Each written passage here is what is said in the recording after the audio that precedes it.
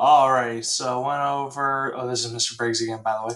I went over my positive attitude, how I follow CDC recommendations, talked about our social distancing, turning off the news. Alright, so last three here. I want to say that these first two are, they kind of go hand in hand. First one I want to do is limiting my social media. Okay.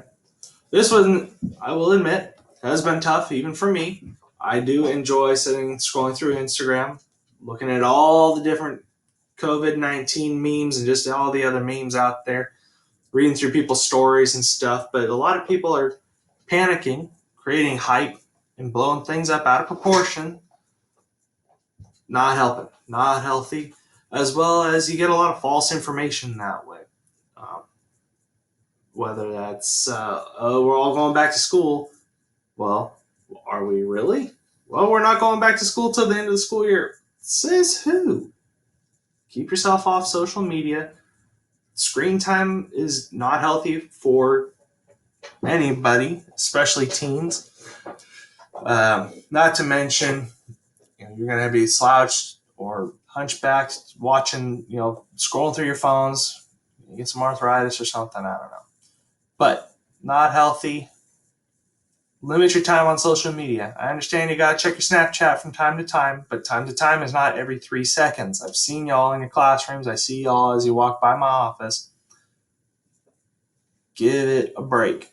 Take a little bit of time. 2, the third thing, find fun things to do at home. When I was growing up, I grew up in the mountains of Southern California, out in East San Diego County. My younger brother and I, we were homeschooled initially, and we went out. We played out in the national forest. We made go-karts. We had animals. We did all kinds of things. There's plenty to do outside, using your social distancing, stand in the yard or whatever, or inside the house. There's tons of things to do. Obviously follow laws and regulations and whatnot.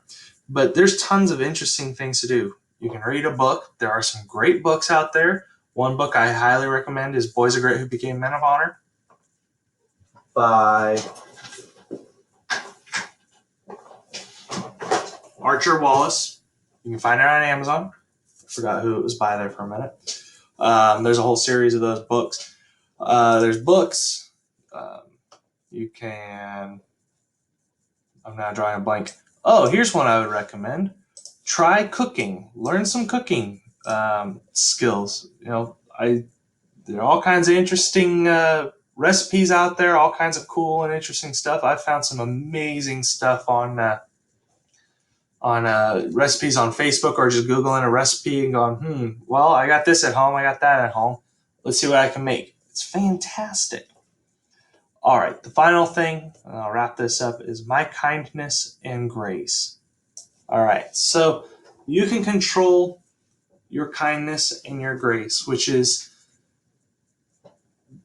having patience with those around you, treating people with respect,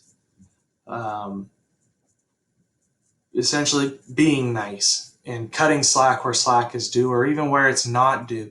Even when people don't necessarily deserve for you to be patient or nice to them, be nice anyways. Just think back about all the times when you were being a putz and somebody was gracious with you, gave you a second, third, fourth, fifth, 100th chance. Okay? That's grace, is giving, having patience and giving multiple chances when they aren't deserved. Kindness, I think that's pretty straightforward. Be nice to each other. Don't be mean just because you know how. Don't be a pest just because you know how to be a pest. Work on those things. All right. I got 22 seconds left in this video. Up along this top of the screen up here, push pause or whatever, here's a link.